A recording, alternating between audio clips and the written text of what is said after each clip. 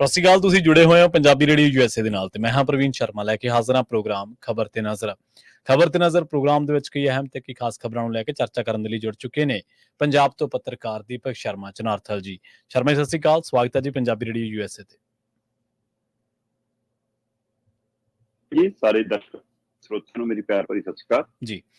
ਅੱਗੇ ਵਧਣ ਤੋਂ ਪਹਿਲਾਂ ਧੰਨਵਾਦ ਕਰਦੇ ਚਲੀਏ ਸਪਾਂਸਰਸ ਦਾ, ਜਿਹੜੇ ਜ਼ਰੀਆ ਬਣਦੇ ਨੇ ਇਹਨਾਂ ਪ੍ਰੋਗਰਾਮਾਂ ਨੂੰ ਤੁਹਾਡੇ ਤੱਕ ਪਹੁੰਚਾਉਣ ਦੇ ਲਈ। ਖਾਲਸਾ ਇੰਸ਼ੋਰੈਂਸ ਏਜੰਸੀ ਵਾਲੇ, ਜਿਨ੍ਹਾਂ ਤੋਂ ਤੁਸੀਂ ਹਰ ਤਰੀਕੇ ਦੀ ਇੰਸ਼ੋਰੈਂਸ ਲੈ ਸਕਦੇ ਹੋ।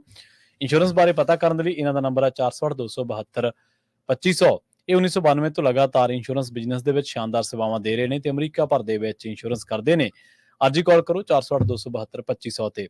ਟਰਕੀਅਨ ਇਮੀਗ੍ਰੇਸ਼ਨ ਲਾ ਫਰਮ ਵਾਲੇ, ਜੇ ਟਰਕੀਆਨਾ ਟੋਨੀ ਟਰਕੀਆਨਾ ਦੇ ਨਾਲ ਤੁਸੀਂ US ਇਮੀਗ੍ਰੇਸ਼ਨ ਬਾਬਤ ਕੋਈ ਵੀ ਸਲਾਹ ਕਰਨੀ ਹੈ ਤੇ ਇਹਨਾਂ ਦਾ ਨੰਬਰ ਹੈ 415-909-0503। ਗੁਰਦੀਪ ਸਿੰਘ ਬਿਰਦੀ ਕਲੋਬਿਸ, ਮਨਦੀਪ ਸਿੰਘ ਸੰਦੀਪ ਕੌਰ ਸੈਨ ਹੋਜ਼ੇ, ਗੁਰਪਾਲ ਸਿੰਘ ਸੈਕਰਾਮੈਂਟੋ, ਜਿੰਦ ਕੌਰ ਬੇਕਰਸਫੀਲਡ, ਕਮਲਜੀਤ ਸਿੰਘ ਮੱਖਣ ਦੌਲਤਪੁਰੀਆ ਸੈਂਟਰਲ ਵੈਲੀ ਤੋਂ ਤੇ ਜੱਸੀ ਗੈਲ ਪਲੰਬਿੰਗ ਵਾਲੇ ਬੇਕਰਸਫੀਲਡ ਤੋਂ। ਇਹਨਾਂ ਸਾਰੇ ਹੀ ਸਪਾਂਸਰਸ ਦਾ ਬਹੁਤ ਬਹੁਤ ਧੰਨਵਾਦ। ਤੇ ਜੇਕਰ ਤੁਸੀਂ ਵੀ ਪੰਜਾਬੀ ਰੇਡੀਓ USA ਦੇ ਇਹਨਾਂ ਪ੍ਰੋਗਰਾਮਾਂ ਨੂੰ ਸਪਾਂਸਰ ਕਰਨਾ ਚਾਹੁੰਦੇ ਹੋ ਤਾਂ ਸਟੂਡੀਓ ਦਾ ਨੰਬਰ ਹੈ 408-272-5200।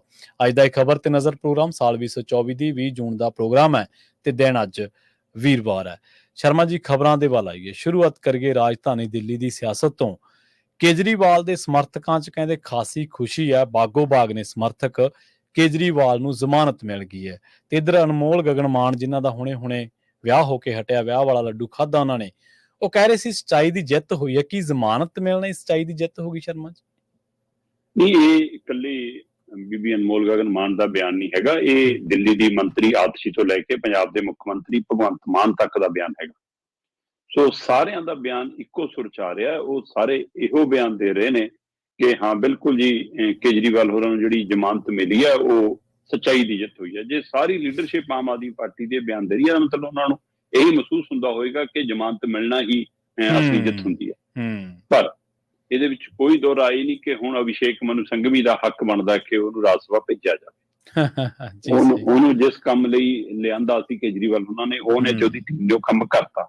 ਪਹਿਲਾਂ ਚੋਣ ਪ੍ਰਚਾਰ ਲਈ ਉਹਨੂੰ ਅੰਤਰਿਮ ਜ਼ਮਾਨਤ ਦਵਾਤੀ ਤੇ ਹੁਣ ਪੱਕੀ ਜ਼ਮਾਨਤ ਦਵਾਤੀ, ਰੈਗੂਲਰ ਜ਼ਮਾਨਤ। ਇਸ ਲਈ ਉਹਨਾਂ ਦਾ ਤਾਂ ਹੱਕ ਹੋ ਗਿਆ ਕਿ ਉਹਨਾਂ ਨੂੰ ਰਾਜ ਸਭਾ ਭੇਜੋ ਭਾਈ। ਹੁਣ ਸ਼ਵਾਤੀ ਮਾਲੀਵਾਲ ਨੂੰ ਹਟਾਉਣਾ ਹੈ ਜਾਂ ਰਾਘਵ ਚੱਡਾ ਨੂੰ ਹਟਾਉਣਾ ਹੈ, ਕਿਹਨੂੰ ਹਟਾਉਣਾ ਹੈ, ਇਹ ਆਮ ਆਦਮੀ ਪਾਰਟੀ ਦੇਖੇ। ਜਿੱਥੋਂ ਤੱਕ ਅਰਵਿੰਦ ਕੇਜਰੀਵਾਲ ਉਹਨਾਂ ਦਾ ਮਾਮਲਾ, 57 ਦਿਨ ਤਿਹਾੜ ਜੇਲ੍ਹ ਚ ਰਹਿਣਾ ਪਿਆ। 57 ਦਿਨਾਂ ਬਾਅਦ ਜੇਲ੍ਹ ਮਤਲਬ ਵਾਪਸੀ ਹੋਈ ਹੈ, ਚਾਹੇ ਬੇਸ਼ੱਕ ਹੁਣ 18 ਦਿਨ ਰਹੇ ਨੇ, ਪਹਿਲਾਂ 1 ਮਹੀਨਾ 9-10 ਦਿਨ ਰਹੇ ਨੇ। ਸੋ 21 ਮਾਰਚ ਨੂੰ ਅਰਵਿੰਦ ਕੇਜਰੀਵਾਲ ਦੀ ਮਨੀ ਲਾਂਡਰਿੰਗ ਦੇ ਮਾਮਲੇ ਚ, ਦਿੱਲੀ ਸ਼ਰਾਬ ਘੁਟਾਲੇ ਦੇ ਮਾਮਲੇ ਚ, ਉਸ ਮਾਮਲੇ ਚ ਪਾਰਟੀ ਦੇ ਸੁਪਰੀਮੋ ਹੋਣ ਦੇ ਨਾਤੇ ਉਹਨਾਂ ਦੀ ਗ੍ਰਿਫਤਾਰੀ ਹੁੰਦੀ ਆ ਤੇ 1 ਅਪ੍ਰੈਲ ਨੂੰ ਉਹਨਾਂ ਨੂੰ ਤਿਹਾੜ ਜੇਲ੍ਹ ਭੇਜ ਦਿੱਤਾ ਜਾਂਦਾ। ਉਸ ਤੋਂ ਬਾਅਦ ਚਾਰਜੋਈ ਸ਼ੁਰੂ ਹੁੰਦੀ ਹੈ ਕਿ ਜੀ ਉਹਨਾਂ ਨੂੰ ਬਾਹਰ ਲਿਆਂਦਾ ਜਾਵੇ ਕਿਸੇ ਤਰ੍ਹਾਂ, ਤੇ ਉਹ ਚਾਰਜੋਈ ਨੂੰ ਬੂਰ ਪੈਂਦਾ 10 ਮਈ ਨੂੰ, ਜਦੋਂ 21 ਦਿਨਾਂ ਲਈ ਉਹਨਾਂ ਨੂੰ ਜ਼ਮਾਨਤ ਮਿਲ ਜਾਂਦੀ ਹੈ ਕਿ ਤੁਸੀਂ ਜਾਓ, ਜਾ ਕੇ ਚੋਣ ਪ੍ਰਚਾਰ ਤਾਂ ਕਰੋ ਪਰ ਸਰਕਾਰੀ ਕੰਮ ਨਹੀਂ ਕਰਨਾ ਕੋਈ। ਸੋ ਚੋਣ ਪ੍ਰਚਾਰ ਦੇ ਹਵਾਲੇ ਨਾਲ ਉਹਨਾਂ ਨੂੰ 21 ਦਿਨਾਂ ਦੀ ਜ਼ਮਾਨਤ ਮਿਲਦੀ ਹੈ। 2 ਜੂਨ ਨੂੰ ਸਰੈਂਡਰ ਕਰਨਾ ਹੁੰਦਾ। 2 ਜੂਨ ਸ਼ਾਮ ਨੂੰ 5 ਵਜੇ ਅਰਵਿੰਦ ਕੇਜਰੀਵਾਲ ਸਰੈਂਡਰ ਕਰ ਦਿੰਦੇ ਨੇ। ਤੇ ਉਸ ਤੋਂ ਬਾਅਦ ਲੰਘੇ ਦਿਨਾਂ ਚ ਕੱਲੀ ਅਦਾਲਤੀ ਕਾਰਵਾਈ ਤੋਂ ਇਲਾਵਾ ਬਾਕੀ ਕੋਈ ਮਾਮਲਾ ਕੇਜਰੀਵਾਲ ਦਾ ਉਵੇਂ ਚਰਚਾ ਚ ਨਹੀਂ ਆਇਆ ਜਿਵੇਂ 1 ਅਪ੍ਰੈਲ ਤੋਂ ਲੈ ਕੇ 10 ਮਈ ਤੱਕ ਰਹਿੰਦਾ ਸੀ। ਤੇ ਹੁਣ 18 ਦਿਨਾਂ ਬਾਅਦ ਜਦੋਂ ਜ਼ਮਾਨਤ ਮਿਲੀ ਉਹ ਫਿਰ ਚਰਚਾ ਚ ਆਈ। ਪਰ ਸਵਾਲ ਇਹ ਹੈ ਕਿ ਜਦੋਂ 1 ਅਪ੍ਰੈਲ ਨੂੰ ਤਿਹਾੜ ਜੇਲ੍ਹ ਭੇਜਿਆ ਗਿਆ ਸੀ ਔਰ 10 ਮਈ ਨੂੰ ਜ਼ਮਾਨਤ ਮਿਲੀ ਸੀ, ਉਹਦੇ ਵਿਚਾਲੇ ਪ੍ਰਵੀਨ ਜੀ BP ਵੀ ਵੱਧ ਰਿਹਾ ਸੀ, ਸ਼ੂਗਰ ਵੀ ਵੱਧ ਰਹੀ ਸੀ, ਵਜਨ ਵੀ ਘਟ ਰਿਹਾ ਸੀ, ਹੈਨਾ। ਤੇ ਕਹਿੰਦੇ ਜੀ ਚਾਹ ਵੀ ਚੀਨੀ ਵਾਲੀ ਤੇਜ਼ ਦੇਈ ਜਾਂਦੇ ਨੇ, ਜਾਣ ਕੇ ਜੀ ਤੰਗ ਕਰ ਰਹੇ ਨੇ, ਹੈਨਾ। ਤੇ ਦੂਸਰੇ ਪਾਸੇ ਜੇਲ੍ਹ ਪ੍ਰਸ਼ਾਸਨ ਦੇ ਹਵਾਲੇ ਨਾਲ ਕੇਜਰੀਵਾਲ ਅੰਬ ਚੂਪਦਾ ਜੀ, ਕੇਜਰੀਵਾਲ ਪੂਰੀਆਂ ਖਾਂਦਾ ਜੀ, ਕੇਜਰੀਵਾਲ ਜਾਣ ਕੇ ਇਹੋ ਜਿਹਾ ਖਾਣਾ ਖਾਂਦਾ ਜੀ ਜਿਹਦੇ ਨਾਲ ਉਹਨੂੰ ਬਿਮਾਰੀ ਵਧੇ, ਉਹਨੂੰ ਇਲਾਜ ਲਈ ਬਾਹਰ ਜਾਣਾ ਪਵੇ, ਉਹ ਸਾਡੇ ਤੇ ਦੋਸ਼ ਲਾਉਣਾ ਚਾਹੁੰਦਾ ਹੈ। ਕੇਜਰੀਵਾਲ ਦੀ ਧਿਰ ਕਹਿੰਦੀ ਮਾਰਨਾ ਚਾਹੁੰਦੇ ਨੇ ਕੇਜਰੀਵਾਲ ਨੂੰ। ਉਹ ਸਾਰਾ ਹੋ ਹੱਲਾ ਮਚਿਆ ਰਿਹਾ ਉਸ 1 ਮਹੀਨੇ ਦੇ ਦਰਮਿਆਨ, ਕਿਉਂਕਿ ਬਾਹਰ ਵੋਟਾਂ ਸੀ, ਬਾਹਰ ਚੋਣਾਂ ਸੀ। ਸੋ ਵੋਟਾਂ ਪੈ ਗਈਆਂ, ਚੋਣਾਂ ਹੋ ਗਈਆਂ, ਕੇਜਰੀਵਾਲ ਜੀ ਆ ਕੇ 21 ਦਿਨ ਪ੍ਰਚਾਰ ਵੀ ਕਰ ਗਏ।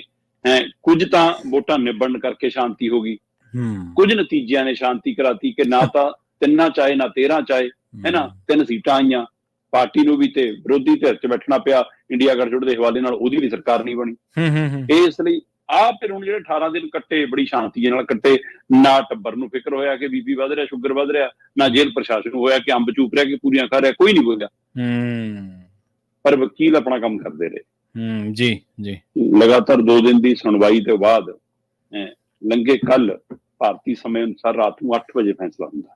ਹੂੰ ਲਗਾਤਾਰ 2 ਦਿਨ ਸੁਣਵਾਈ ਚੱਲਦੀ ਹੈ, ਚੰਗੀ ਜਿਰਾ ਹੁੰਦੀ ਹੈ ਦੋਵੇਂ ਤਰ੍ਹਾਂ ਦੇ ਵਿੱਚ ਦਲੀਲਾਂ ਦੇ ਹਵਾਲੇ ਨਾਲ। ਉਹ ਤੋਂ ਬਾਅਦ ਆਖਰ ਜਾ ਕੇ ਫੈਸਲਾ ਰਾਖਵਾਂ ਰੱਖ ਲਿਆ ਜਾਂਦਾ ਤੇ ਇਹ ਵੀ ਮਹਿਸੂਸ ਹੋਣ ਲੱਗ ਗਿਆ ਸੀ ਕਿ ਸ਼ਾਇਦ 1 ਦਿਨਾਂ ਤੱਕ ਫੈਸਲਾ ਆਵੇ, ਪਰ ਕੱਲ ਦੇਰ ਰਾਤ 8 ਵਜੇ ਫਿਰ ਮਾਨਯੋਗ ਅਦਾਲਤ ਨੇ ਫੈਸਲਾ ਸੁਣਾਇਆ, ਜਿਸ ਨੂੰ ਲੈ ਕੇ ਈਡੀ ਨੇ ਖਾਸਾ ਵਿਰੋਧ ਵੀ ਕੀਤਾ ਹੈ ਨਾ। ਤੇ ਈਡੀ ਨੇ 48 ਘੰਟੇ ਲਈ ਚੈਲੰਜ ਦਾ ਸਮਾਂ ਵੀ ਮੰਗਿਆ ਸੀ। ਹੁਣ ਉੱਪਰਲੀ ਅਦਾਲਤ 'ਚ ਸਮਾਂ ਹੈਗਾ, ਉਹਨਾਂ ਕੋਲ ਜਾ ਕੇ ਚੈਲੰਜ ਕਰ ਸਕਦੇ ਇਸ ਨੂੰ, ਤੇ ਜੇਕਰ ਉਹ ਚੈਲੰਜ ਕੋਈ ਨਹੀਂ ਹੁੰਦਾ, ਰੋਕ ਨਹੀਂ ਲੱਗਦੀ, ਤਾਂ ਅੱਜ ਅਰਵਿੰਦ ਕੇਜਰੀਵਾਲ ਜੇਲ੍ਹੋਂ ਬਾਹਰ ਆ ਸਕਦੇ ਆ। ਸੋ ਇਹ ਆਪਣੇ ਆਪ 'ਚ ਮਾਮਲਾ, ਜੇ ਸੱਚ ਦੀ ਜਿੱਤ ਹੈ ਤਾਂ ਸੱਚ ਦੀ ਜਿੱਤ ਸ਼ਾਇਦ ਉਸ ਸਮੇਂ ਹੋਰ ਵੱਡੀ ਹੁੰਦੀ ਜੇ ਅਰਵਿੰਦ ਕੇਜਰੀਵਾਲ ਗ੍ਰਿਫਤਾਰੀ ਦੇ ਨਾਲ ਹੀ ਅਸਤੀਫਾ ਦਿੰਦੇ ਕਿ ਆ ਚੱਕੋ ਮੁੱਖ ਮੰਤਰੀ ਦੀ ਕੁਰਸੀ, ਉਸ ਦਿਨ ਆ ਕੇ ਸਾਂਭੂਗਾ ਜਦੋਂ ਮੈਂ ਬਿਲਕੁਲ ਬੇਦਾਗ ਹੋ ਜਾਊਂਗਾ। ਜੇ ਜ਼ਮਾਨਤ ਮਿਲੀ ਹੈ, ਕੇਸ ਖਤਮ ਨਹੀਂ ਹੋਇਆ, ਬਰੀ ਨਹੀਂ ਹੋਏ, ਤੁਸੀਂ ਕੇਸ ਚੋਂ ਬਰੀ ਨਹੀਂ ਹੋਏ, ਹੈ ਨਾ। ਸੋ ਇਸ ਲਈ ਉਹ ਇੱਕ ਲੰਬਾ ਪੈਂਡਾ ਜੇ ਤੈਅ ਕਰਨਾ ਪੈਣਾ ਇਸ ਸੱਚ ਨੂੰ ਸਾਬਤ ਕਰਨ ਦੇ ਲਈ। ਸੋ ਦੇਖਦੇ ਹਾਂ ਉਹ ਕਿੱਧਰ ਨੂੰ ਜਾਂਦਾ। ਫਿਲਹਾਲ ਰਾਹਤ ਵਾਲੀ ਖਬਰ ਹੈ ਆਮ ਆਦਮੀ ਪਾਰਟੀ ਦੇ ਲੀਡਰ ਦੇ ਪਰਿਵਾਰ ਲਈ, ਲੀਡਰ ਲਈ, ਉਹਨਾਂ ਦੇ ਸਮਰਥਕਾਂ ਲਈ, ਚਾਹਣ ਵਾਲਿਆਂ ਲਈ, ਅਰਵਿੰਦ ਕੇਜਰੀਵਾਲ ਨੂੰ ਜ਼ਮਾਨਤ ਮਿਲ ਗਈ, ਰੈਗੂਲਰ ਬੇਲ ਮਿਲ ਗਈ। ਜੀ ਜੀ ਸ਼ਰਮਾ ਜੀ, ਕਾਂਗਰਸ ਨੇ ਦੇਸ਼ ਦੇ ਉੱਤੇ ਲੰਮਾ ਸਮਾਂ ਰਾਜ ਕੀਤਾ। ਇਹਦਾ ਇੱਕ ਕਾਰਨ ਇਹ ਹੈ ਕਿ ਉਹਨਾਂ ਦੇ ਜਿਹੜੇ ਆਗੂ ਨੇ, ਉਹਨਾਂ ਦੀ ਮਾਨਸਿਕਤਾ ਤੇ ਵੀ ਉਸ ਚੀਜ਼ ਦਾ ਅਸਰ ਹੋਇਆ। ਉਹਨਾਂ ਦੇ ਵਿੱਚੋਂ ਸਟੇਟਸਮੈਨ ਘਟ ਗਏ, ਬੰਦੇ ਜਿੰਨੇ ਵੀ ਸੀਗੇ, ਤੇ ਉਹਨਾਂ ਦੇ ਵਿੱਚ ਜੱਦੋ-ਜਹਿਦ ਵੀ ਖਤਮ ਹੋ ਗਈ। ਤੁਸੀਂ ਦੇਖੋ 10 ਸਾਲ ਹੋ ਗਏ ਆਪੋਜੀਸ਼ਨ ਦੇ ਵਿੱਚ, ਕੁਝ ਨਹੀਂ ਦਿਖਦਾ। ਜਿਹੜੀ ਭਾਜਪਾ ਨੇ ਜੱਦੋ-ਜਹਿਦ ਬਹੁਤ ਕੀਤੀ ਹੈ, ਇਹਦੇ ਵਿੱਚ ਕੋਈ ਦੋ ਰਾਏ ਨਹੀਂ, ਪਰ ਉਹਨਾਂ ਨੂੰ ਥੋੜਾ ਜਿਹਾ ਕ੍ਰਿਮੀਨਲ ਜਿਹੜਾ ਐਂਗਲ ਆ ਉਹਨਾਂ ਦਾ, ਹਰ ਚੀਜ਼ ਨੂੰ ਉਸ ਤਰੀਕੇ ਨਾਲ ਦੇਖਣਾ, ਉਹ ਮਾਰਦਾ। ਇਸੇ ਤਰ੍ਹਾਂ ਖੱਬੇ ਪੱਖੀ ਧਿਰਾਂ ਸੀ ਜਿਹੜੀਆਂ, ਉਹ ਵੀ ਹੌਲੀ-ਹੌਲੀ ਸਮਾਜਿਕ ਘੋਲਾਂ ਦੇ ਵਿੱਚੋਂ ਨਦਾਰਦ ਹੁੰਦੀਆਂ ਚਲੀਆਂ ਗਈਆਂ। ਲੋਕਾਂ ਨੂੰ ਲੱਗਿਆ ਕਿ ਸ਼ਾਇਦ ਕੇਜਰੀਵਾਲ ਵੱਖਰੀ ਤਰ੍ਹਾਂ ਦੀਆਂ ਪਿਰਤਾਂ ਪਾਉਣਗੇ, ਕੇਜਰੀਵਾਲ ਇੱਕ ਵੱਖਰੀ ਤਰ੍ਹਾਂ ਦੀ ਪ੍ਰੈਗਮੈਟਿਕ ਟਾਈਪ ਦੀ ਜਿਹੜੀ ਸਿਆਸਤ ਕਰਨਗੇ, ਪਰ ਥੋੜਾ ਹੀ ਸਮਾਂ ਉਹ ਉਸ ਚੀਜ਼ਾਂ ਦੇ ਉੱਤੇ ਆਪਾਂ ਨੂੰ ਦੇਖਿਆ।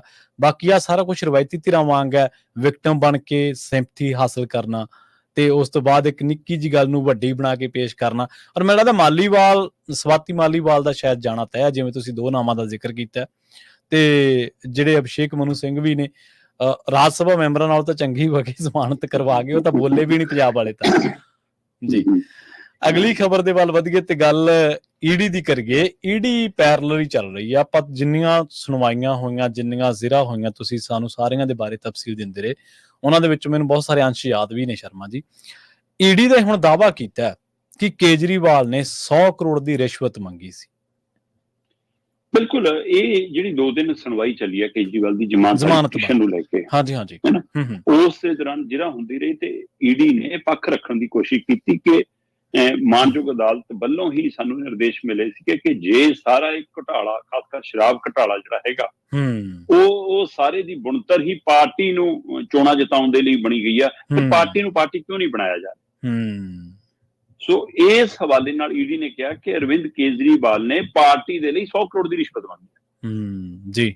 ਜਦੋਂ ਮਨੀਸ਼ ਸਿਸੋਦੀਆ ਵਾਲਾ ਮਾਮਲਾ ਸੀ, ਤਦ ਉਹ ਗੋਆ ਚੋਣਾਂ ਦੇ ਹਵਾਲੇ ਨਾਲ ਕਿ ਜੀ ਇਹ ਜਿਹੜਾ ਪੈਸਾ ਆਇਆ ਸ਼ਰਾਬ ਘੁਟਾਲੇ ਚੋਂ, ਇਹ ਗੋਆ ਚੋਣਾਂ 'ਚ ਵਰਤਿਆ ਜੀ, ਹੈ ਨਾ। ਉਹ ਫਿਰ ਮਾਨਯੋਗ ਅਦਾਲਤ ਨੇ ਕਿਹਾ ਕਿ ਜੇ ਚੋਣਾਂ 'ਚ ਵਰਤਿਆ, ਫਿਰ ਪਾਰਟੀ ਨੇ ਵਰਤਿਆ ਨਾ, ਤੇ ਪਾਰਟੀ ਕਿੱਥੇ ਆ? ਫਿਰ ਪਾਰਟੀ ਨੂੰ ਵੀ ਕੇਸ 'ਚ ਪਾਰਟੀ ਐਡ ਕਰੋ। ਉਹ ਤੋਂ ਬਾਅਦ ਪਾਰਟੀ ਐਡ ਹੋ ਗਈ। ਹੁਣ ਈਡੀ ਕਹਿੰਦੀ ਜਦੋਂ ਪਾਰਟੀ ਐਡ ਆ ਤਾਂ ਪਾਰਟੀ ਦਾ ਸੁਪਰੀਮੋ ਹੀ ਆਊਗਾ ਨਾ ਨਾਲ ਫਿਰ। ਜੀ। ਸੋ ਇਸ ਲਈ ਕਹਿੰਦੇ ਕਿ ਕੇਜਰੀਵਾਲ ਕਟਹਿਰੇ 'ਚ ਬਣਦਾ, ਤੇ ਈਡੀ ਨੇ ਦਮ ਭਰਨ ਦੀ ਕੋਸ਼ਿਸ਼ ਕੀਤੀ ਕਿ ਇਹਨਾਂ ਨੇ ਦੱਖਣ ਖੇਤਰ ਦੇ ਕੁਝ ਸਮੂਹ ਨੇ, ਕੁਝ ਗਰੁੱਪ ਨੇ, ਜਿਨ੍ਹਾਂ ਤੋਂ 100 ਕਰੋੜ ਦੀ ਰਿਸ਼ਵਤ ਮੰਗੀ ਆ ਪਾਰਟੀ ਦੇ ਲਈ, ਹੈ ਨਾ। ਇਹ ਕਹਿੰਦੇ ਇਹ ਸਿੱਧਾ ਉਹਨਾਂ ਦੇ ਉੱਤੇ ਦੋਸ਼ ਲਾਇਆ ਉਹਨਾਂ ਨੇ, ਇੱਕ ਡਾਇਰੈਕਟ। ਬੇਸ਼ੱਕ ਉਹ ਤੋਂ ਇਲਾਵਾ ਬਾਕੀ ਸਾਰੇ ਉਹ ਹੈਗੇ ਨੇ ਕਮੇਟੀਆਂ ਦੇ ਘਰੇ ਹੁੰਦੀਆਂ ਸੀਗੀਆਂ ਜੀ, ਲੈਣ ਦੇਣ ਘਰੇ ਤੈਅ ਹੁੰਦਾ ਸੀ ਜੀ, 6% ਤੋਂ 12% ਕੀਤਾ ਜੀ, ਆਹ ਕੀਤਾ ਜੀ, ਪ੍ਰਾਈਵੇਟ ਸਰਕਾਰੀ ਦੁਕਾਨਾਂ ਨੂੰ ਪ੍ਰਾਈਵੇਟ ਹਵਾਲੇ ਕਰਤਾ ਜੀ, ਸ਼ਰਾਬ ਜੀ ਸਾਰਾ ਆਪਾਂ ਕਰਦੇ। ਪਰ ਆਹ ਜਦੋਂ ਦੋਸ਼ ਲਾਇਆ 100 ਕਰੋੜ ਵਾਲਾ, ਤਦ ਕੇਜਰੀਵਾਲ ਉਹਨਾਂ ਦੀ ਵਕੀਲਾਂ ਦੀ ਧਿਰ ਨੇ ਇਹਨੂੰ ਕਾਊਂਟਰ ਕੀਤਾ। ਉਹ ਕਹਿੰਦੇ ਜੀ ਇਹ ਦੋਸ਼ ਲਾ ਰਿਹਾ ਕਿ ਕੇਜਰੀਵਾਲ ਨੇ 100 ਕਰੋੜ ਦੀ ਰਿਸ਼ਵਤ ਮੰਗੀ। ਠੀਕ ਹੈ ਜੀ। ਕਹਿੰਦੀ ਜੀ ਲਈ ਹੈ ਨਹੀਂ ਲਈ, ਇਹ ਦੱਸੋ। ਮੰਗਣਾ ਕਹਿੰਦੇ ਥੋੜਾ ਬਿਆਨਬਾਜ਼ੀ ਹੈ।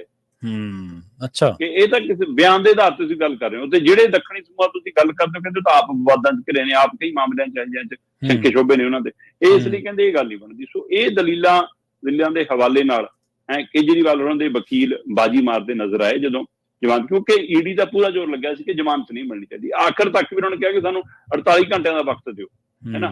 ਤੇ ਪਰ ਉਧਰ ਜ਼ਮਾਨਤ ਜਦੋਂ ਤੈਅ ਹੋ ਗਈ ਤੇ ਹੁਣ ਉਹਨਾਂ ਕੋਲ ਉੱਪਰਲੀ ਅਦਾਲਤ 'ਚ ਜਾਣ ਦਾ ਸਮਾਂ ਹੈਗਾ। ਉੱਥੇ ਜਾ ਕੇ ਈਡੀ ਆਪਣਾ ਕੀ ਪੱਖ ਰੱਖ ਸਕਦੀ ਹੈ? ਈਡੀ ਅਜੇ ਵੀ ਦਮ ਭਰਦੀ ਹੈ ਕਿ ਸਾਡੇ ਕੋਲ, ਅਸੀਂ ਹਵਾ 'ਚ ਡਾਂਗਾ ਨਹੀਂ ਮਾਰੇ, ਸਾਡੇ ਕੋਲ ਸਬੂਤ ਹੈਗੇ। ਸੋ ਮਨੀ ਲਾਂਡਰਿੰਗ ਦੇ, ਦਿੱਲੀ ਸ਼ਰਾਬ ਘੁਟਾਲੇ ਦੇ ਜਾਂ ਰਿਸ਼ਵਤ ਮੰਗਣ ਵਾਲੇ, ਇਹ ਸਾਰੇ ਹਵਾਲੇ ਨੇ। ਉਹ ਕਹਿੰਦੇ ਸਾਡੇ ਕੋਲ ਤੱਥ ਸਬੂਤ ਹੈਗੇ। ਸੋ ਦੇਖਦੇ ਹਾਂ ਜੀ ਉਹ ਉਹਨੂੰ ਕਿਵੇਂ ਦਸਤਾਵੇਜ਼ੀ ਕਰਕੇ ਸਾਹਮਣੇ ਲਿਆਉਂਦੇ ਨੇ। ਜੇ ਹੁਣ ਜ਼ਮਾਨਤ ਮਿਲ ਵੀ ਗਈ ਤਾਂ ਵੀ ਕੇਸ ਤਾਂ ਚੱਲਣਾ ਨਾ। ਸੋ ਇਸ ਲਈ ਉੱਥੇ ਉਹ ਜੇ ਹੋਣਗੇ ਉਹਨਾਂ ਕੋਲ ਤੱਥ ਸਬੂਤ ਤਾਂ ਉੱਥੇ ਟਿਕ ਜਾਣਗੇ। ਜੇ ਰਾਜਨੀਤੀ ਤੋਂ ਪ੍ਰੇਰਿਤ ਹੋਣਗੇ, ਕਿਉਂਕਿ ਕਈ ਵਾਰ ਇਹ ਵੀ ਤਾਂ ਹੈ ਨਾ ਕਿ ਈਡੀ ਉਨੀ ਉਹ ਸਕ੍ਰਿਪਟ ਪੜ੍ਹ ਸਕਦੀ ਹੈ ਨਾ ਜਿੰਨੀ ਉਹਨਾਂ ਨੂੰ ਮਿਲਦੀ ਹੈ। ਹਾਂਜੀ ਬਿਲਕੁਲ, ਇਹ ਵੀ ਤਾਂ ਹੁੰਦਾ। ਸੋ ਇਹ ਵੀ ਤਾਂ ਹਵਾਲਾ ਹੈਗਾ ਨਾ। ਸੋ ਇਸ ਲਈ ਈਡੀ ਹੁਣ ਉਵੇਂ ਹੀ ਕੰਮ ਕਰਦੀ ਹੈ ਨਾ ਜਿਵੇਂ ਉਹਨੂੰ ਨਿਰਦੇਸ਼ ਮਿਲਦਾ ਕਿ ਅੱਜ ਛਾਪਾ ਮਾਰਨਾ, ਨਹੀਂ ਮਾਰਨਾ, ਅੱਜ ਜਾਣਾ, ਨਹੀਂ ਜਾਣਾ। ਈਡੀ ਪੂਰੀ ਤਰ੍ਹਾਂ ਸਰਕਾਰੀ ਤੋਤਾ ਬਣ ਚੁੱਕੀ ਹੈ। ਸੋ ਹੁਣ ਇਸ ਕੇਜਰੀਵਾਲ ਵਾਲੇ ਮਾਮਲੇ ਦੇ ਵਿੱਚ ਦੇਖਣ ਵਾਲੀ ਗੱਲ ਹੋਏਗੀ। ਹਾਂ, ਪਰ ਕੇਜਰੀਵਾਲ ਹੋਰੀ ਵੀ ਉਹ ਐਥਿਕਸ ਤੇ ਖੜੇ ਨਜ਼ਰ ਨਹੀਂ ਆਏ, ਜਿਹਦੀ ਗੱਲ ਆਪਾਂ ਪਹਿਲਾਂ ਵੀ ਕਰਕੇ ਹਟੇ। ਅਸਤੀਫੇ ਵਾਲਾ ਹਵਾਲਾ ਹੁੰਦਾ ਕਿ ਤੁਸੀਂ ਜਦੋਂ ਹੀ ਉਹਦਾ ਲਾਂਭੇ ਰੱਖਦੇ ਹੋ ਤੇ ਪਰ ਤੁਸੀਂ ਤਾਂ ਕਹਿ ਰਹੇ ਹੋ ਮੈਂ ਜੇਲ੍ਹ 'ਚ ਵੀ ਮੈਂ ਹੀ ਸੀਐਮ ਰਹੂੰਗਾ, ਬਾਹਰ ਆ ਕੇ ਮੈਂ ਹੀ ਰਹੂੰਗਾ, ਕਿਸੇ ਹੋਰ ਨੂੰ ਕੁਰਸੀ ਦੇਣ ਦੀ ਵੀ ਹਿੰਮਤ ਨਹੀਂ ਤੁਹਾਡੇ 'ਚ, ਤਾਂ ਉਹਦਾ ਛੱਡਣ ਦੀ ਵੀ ਹਿੰਮਤ ਨਹੀਂ ਗੀ। ਸੋ ਇਸ ਲਈ ਇਹ ਕੋਈ ਨਵੀਂ ਤਰ੍ਹਾਂ ਦੀ ਰਾਜਨੀਤੀ ਨਹੀਂ, ਪਹਿਲਿਆਂ ਨਾਲੋਂ ਵੀ ਹੇਠਲੇ ਪੱਧਰ ਦੀ ਰਾਜਨੀਤੀ ਹੁਣ ਆਮ ਆਦਮੀ ਪਾਰਟੀ ਕਰਨ ਲੱਗੀ ਹੈ। ਇਹਦੀਆਂ ਚਰਚਾਵਾਂ ਆਮ ਹੋਣ ਲੱਗੀਆਂ ਨੇ। ਬਿਲਕੁਲ, ਮੈਨੂੰ ਯਾਦ ਹੈ ਸ਼ਰਮਾ ਜੀ, ਜਦੋਂ ਨਾ ਇਹਨਾਂ ਨੂੰ ਜ਼ਮਾਨਤ ਜਿਹੜੀ ਵੋਟਾਂ ਵਾਲੇ ਪ੍ਰਚਾਰ ਵਾਲੀ ਮਿਲੀ ਸੀ, ਇਸ ਤੋਂ ਪਹਿਲਾਂ ਦੀ ਜਿਹੜੀ ਜ਼ਮਾਨਤ ਜ਼ਰਾ ਹੋਈ ਸੀ, ਉਹਦੇ 'ਚ ਈਡੀ ਨੇ ਬਹੁਤ ਡਟਵੀਂ ਬਹਿਸ ਕੀਤੀ ਸੀ, ਬਹੁਤ ਸਾਰੇ ਐਵੀਡੈਂਸਸ ਦਾ ਉਹਨਾਂ ਨੇ ਹਵਾਲਾ ਦਿੱਤਾ ਸੀ। ਆਪਾਂ ਦੇਖੋ, ਜਿਵੇਂ ਤੁਸੀਂ ਕਿਹਾ ਕਿ ਸਰਕਾਰੀ ਤੋਤਾ ਬਣ ਚੁੱਕੀ ਹੈ, ਕੋਈ ਉਹਦੇ 'ਚ ਕੋਈ ਦੋ ਰਾਏ ਨਹੀਂ, ਉਹਦੇ 'ਚ ਆਪਾਂ ਕੰਟਰਾਡਿਕਟ ਨਹੀਂ ਗੇ, ਉਹ ਹੈ ਹੀ ਆ, ਉਹ ਚੀਜ਼ਾਂ ਦਿਖ ਰਹੀਆਂ ਨੇ ਲੋਕਾਂ ਨੂੰ, ਲੋਕ ਜਾਣੀ ਜਾਣਨੇ। ਪਰ ਜਦੋਂ ਕੋਰਟ ਅਦਾਲਤੀ ਜ਼ਿਰਾ ਦੇ ਵਿੱਚ ਕੋਈ ਏਜੰਸੀ ਇਸ ਤਰ੍ਹਾਂ ਦੀ ਬਹਿਸ ਕਰਦੀ, ਉਹਦੇ ਦੋ ਹੀ ਕਾਰਨ ਹੈ। ਜਾਂ ਤਾਂ ਉਹਦੇ ਕੋਲੇ ਉਹਨੇ ਜਾਂਚ ਹੀ ਇਸ ਤਰੀਕੇ ਦੀ ਕੀਤੀ ਹੈ ਕਿ ਉਹਦੇ ਕੋਲ ਬਹੁਤ ਕੁਛ ਹੈ, ਜਾਂ ਫਿਰ ਜਿਵੇਂ ਤੁਸੀਂ ਇਸ਼ਾਰਾ ਕੀਤਾ ਕਿ ਜਿੰਨੀ ਕੁ ਸਕ੍ਰਿਪਟ ਜੀ। ਤੇ ਅਗਲੀ ਖਬਰ ਦੇ ਵੱਲ ਵਧ ਗਏ, ਕਹਿੰਦੇ ਪੰਜਾਬ ਦੇ ਵਿੱਚ ਹੁਣ ਬੰਦ ਹੋਣਗੀਆਂ ਮੁਫਤ ਵਾਲੀਆਂ ਸਕੀਮਾਂ, ਪਰ ਐਡਾ ਜੇਰਾ ਕਿਹਦਾ ਸ਼ਰਮਾ ਜੀ, ਜਿਹੜਾ ਵੋਟ ਤੰਤਰ ਨੂੰ ਭੁੱਲ ਭੁਲਾ ਕੇ ਤੇ ਸਾਰੇ ਕਾਸੇ ਨੂੰ ਕੋਈ ਫਿਕਰ ਹੈ। ਬਿੱਲੀ ਦੇ ਗੱਲ ਟੱਲੀ ਕੌਣ ਬਣੂਗਾ? ਮਤਲਬ ਸਕੀਮਾਂ ਦੇ ਉੱਤੇ ਸਖਤ ਫੈਸਲਾ ਲੈਣ ਦੀ ਹਿੰਮਤ ਕਿਸੇ ਧਿਰ 'ਚ ਨਹੀਂ ਹੈਗੀ, ਪਰ ਪੰਜਾਬ ਦੇ ਉੱਤੇ ਵੀ ਤਰਸ ਨਹੀਂ ਖਾ ਰਹੀਆਂ ਇਸ ਤਰ੍ਹਾਂ ਦਾ। ਪੰਜਾਬ ਦੀ ਆਰਥਿਕ ਹਾਲਤ ਬਾਰੇ ਲਗਾਤਾਰ ਪੰਜਾਬ ਦੇ ਵਿੱਚ ਆਪਾਂ ਮੀਡੀਆ ਹਵਾਲਿਆਂ ਨਾਲ, ਸਮਾਗਮਾਂ ਦੇ ਹਵਾਲਿਆਂ ਨਾਲ, ਸੈਮੀਨਾਰਾਂ ਦੇ ਹਵਾਲਿਆਂ ਨਾਲ ਚਰਚਾ ਹੁੰਦੀ, ਪਰ ਸਰਕਾਰੀ ਦੁਆਰੇ ਕਿੰਨੀ ਕੁ ਗੰਭੀਰਤਾ ਨਾਲ ਚਰਚਾ ਹੁੰਦੀ ਆ, ਇਹ ਪਹਿਲੂ ਬਣਿਆ ਰਿਹਾ ਸਮੇਂ-ਸਮੇਂ ਦੀਆਂ ਸਰਕਾਰਾਂ ਦੇ ਹਵਾਲੇ ਨਾਲ ਵੀ। ਇਹ ਇੱਕ ਦਿਨ 'ਚ ਨਹੀਂ ਹੁੰਦਾ ਕਿ ਪੰਜਾਬ ਆਰਥਿਕ ਤੌਰ ਤੇ ਕਮਜ਼ੋਰ ਹੋ ਗਿਆ, ਅੱਜ ਹਿੱਲ ਗਿਆ, ਹੈ ਨਾ। ਪਿਛਲੇ ਲੰਬੇ ਸਮੇਂ ਤੋਂ, ਮਤਲਬ ਖਾਸ ਕਰਕੇ ਉਹ 84 ਵਾਲਾ ਦੌਰ ਜਦੋਂ ਅਸੀਂ ਆਪਣਾ ਪੰਜਾਬ ਦਾ ਨੁਕਸਾਨ ਵੀ ਕੀਤਾ, ਧੀ ਪੁੱਤ ਵੀ ਗਵਾਏ, ਹੈ ਨਾ, ਆਪਸੀ ਭਾਈਚਾਰੇ ਨੂੰ ਵੀ ਇਹਨਾਂ ਨੇ ਅੱਗ ਲਾਉਣ ਦੀ ਕੋਸ਼ਿਸ਼ ਕੀਤੀ, ਸਾਰਾ ਖਲਾਰਾ ਪਾਉਣ ਦੀ ਕੋਸ਼ਿਸ਼ ਕੀਤੀ। ਉਲਟਾ ਫਿਰ ਕਹਿੰਦੇ ਜੀ ਤੁਹਾਡੀ ਸੁਰੱਖਿਆ ਲਈ ਅਸੀਂ ਖਰਚਾ ਕਰਤਾ, ਆ ਤੁਹਾਡੇ ਸਿਰ ਕਰਜ਼ਾ ਖੜਾ। ਚਲੋ ਉਹ ਤਾਂ ਧੰਨਵਾਦ ਗੁਜਰਾਲ ਸਾਹਿਬ ਦਾ ਤੇ ਮਨਮੋਹਨ ਸਿੰਘ ਹੋਰਾਂ ਦਾ, ਜਿਨ੍ਹਾਂ ਨੇ ਕਾਫੀ ਹੱਦ ਤੱਕ ਉਹ ਕਰਜ਼ਾ ਸਾਡਾ ਮਾਫ ਕੀਤਾ। ਪਰ ਉਹ ਤੋਂ ਬਾਅਦ ਫਿਰ ਆ ਸੰਗਤ ਦਰਸ਼ਨ ਜੀ, ਹੈ ਨਾ ਜੀ, ਆ ਸਾਡਾ ਚਹੇਤਾ ਸਰਪੰਚ ਪੰਚ ਜੀ, ਲਓ ਜੀ ਗ੍ਰਾਂਟਾਂ, ਉਹ ਗ੍ਰਾਂਟਾਂ ਨੇ ਸਾਡੇ ਸਿਰ ਤੇ ਨਵਾਂ ਬੋਝ, ਹੈ ਨਾ। ਫਿਰ ਆਟਾ ਦਾਲ ਨੀਲਾ ਕਾਰਡ ਜੇ ਉਹਦੀ ਆੜ ਦੇ ਵਿੱਚ ਖੁਦ ਪ੍ਰਕਾਸ਼ ਸਿੰਘ ਬਾਦਲ ਕਹਿੰਦੇ ਹੁੰਦੇ ਸੀਗੇ ਕਿ ਮੈਂ ਜਦ ਤੋਂ ਬੁਢਾਪਾ ਪੈਨਸ਼ਨ ਸ਼ੁਰੂ ਕੀਤੀ, ਮੈਨੂੰ ਐਂ ਲੱਗਦਾ ਸਾਰਾ ਪੰਜਾਬ ਹੀ ਬੁੜਾ ਹੋ ਗਿਆ, ਹੈ ਨਾ। ਸੋ ਇਹ ਇਸ ਲਈ ਉਹ ਨਕਲੀ ਜਾਲੀ ਜੋ ਕੰਮ ਚੱਲਿਆ ਵੋਟਾਂ ਦੇ ਲਈ, ਹੁੰਦਾ ਕੈਪਟਨ ਤੱਕ ਵੀ ਉਹ ਵਾਧਾ ਹੁੰਦਾ ਰਿਹਾ। ਫਿਰ ਚੰਨੀ ਵਾਲੀ ਉਹ ਮੁਫਤ ਬੱਸਾਂ ਵਾਲਾ ਆ ਗਿਆ, ਤੇ ਫਿਰ ਆ ਮੁਫਤ ਬਿਜਲੀ ਵਾਲਾ ਆ ਗਿਆ। ਇਹ ਸਾਰੀ ਸਥਿਤੀ 'ਚ ਲਿਆ ਕੇ ਅੱਜ ਪੰਜਾਬ ਉੱਥੇ ਖੜਾ ਹੈ ਕਿ ਪੰਜਾਬ ਕੋਲ ਆਰਥਿਕ ਤੌਰ ਤੇ ਕਰਜ਼ਾ ਲੈਣ ਤੋਂ ਇਲਾਵਾ ਕੋਈ ਚਾਰਾ ਨਹੀਂ। ਔਰ ਆਪਾਂ ਲਗਾਤਾਰ ਗੱਲ ਕਰਦੇ ਆ ਨਾ ਕਿ ਮੌਜੂਦਾ ਸਰਕਾਰ ਨੇ ਪਿਛਲੀਆਂ ਸਾਰੀਆਂ ਸਰਕਾਰਾਂ ਦੇ ਰਿਕਾਰਡ ਤੋੜਤੇ। ਔਸਤਨ 4000 ਤੋਂ ਲੈ ਕੇ 4200 ਕਰੋੜ ਤੱਕ ਦਾ ਕਰਜ਼ਾ ਹਰ ਮਹੀਨੇ ਚੱਕਿਆ ਜਾ ਰਿਹਾ।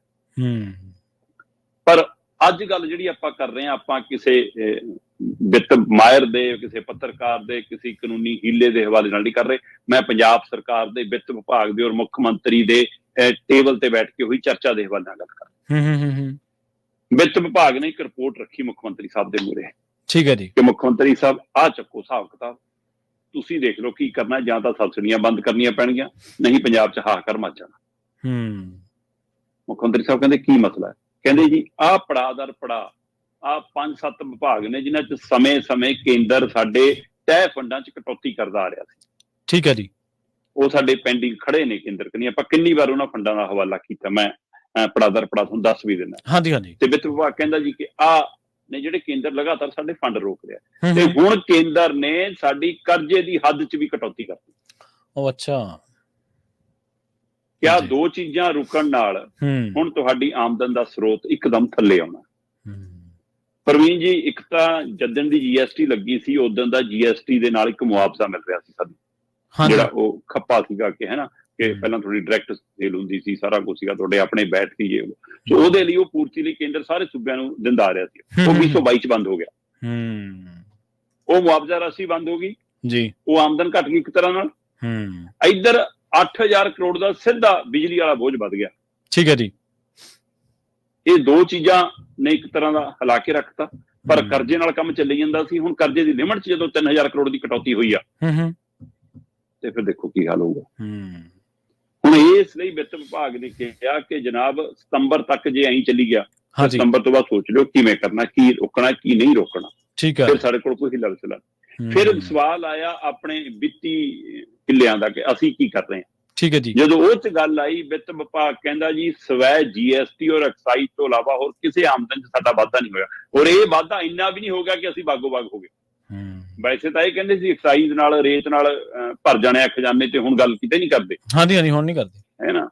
ਪਰ ਉਹ ਕਹਿੰਦੇ GST ਚ ਸਾਡੀ ਕਲੈਕਸ਼ਨ ਚ ਵਾਧਾ ਹੋਇਆ, ਪਰ GST ਸਮੇਂ ਸਿਰ ਆਉਂਦੀ ਕਦ ਦਿੱਲੀ ਤੋਂ, ਤੇ ਐਕਸਾਈਜ਼ ਚ ਬਹੁਤ ਥੋੜਾ ਵਾਧਾ ਉਹਦੇ ਵਿੱਚ ਹੈਗਾ।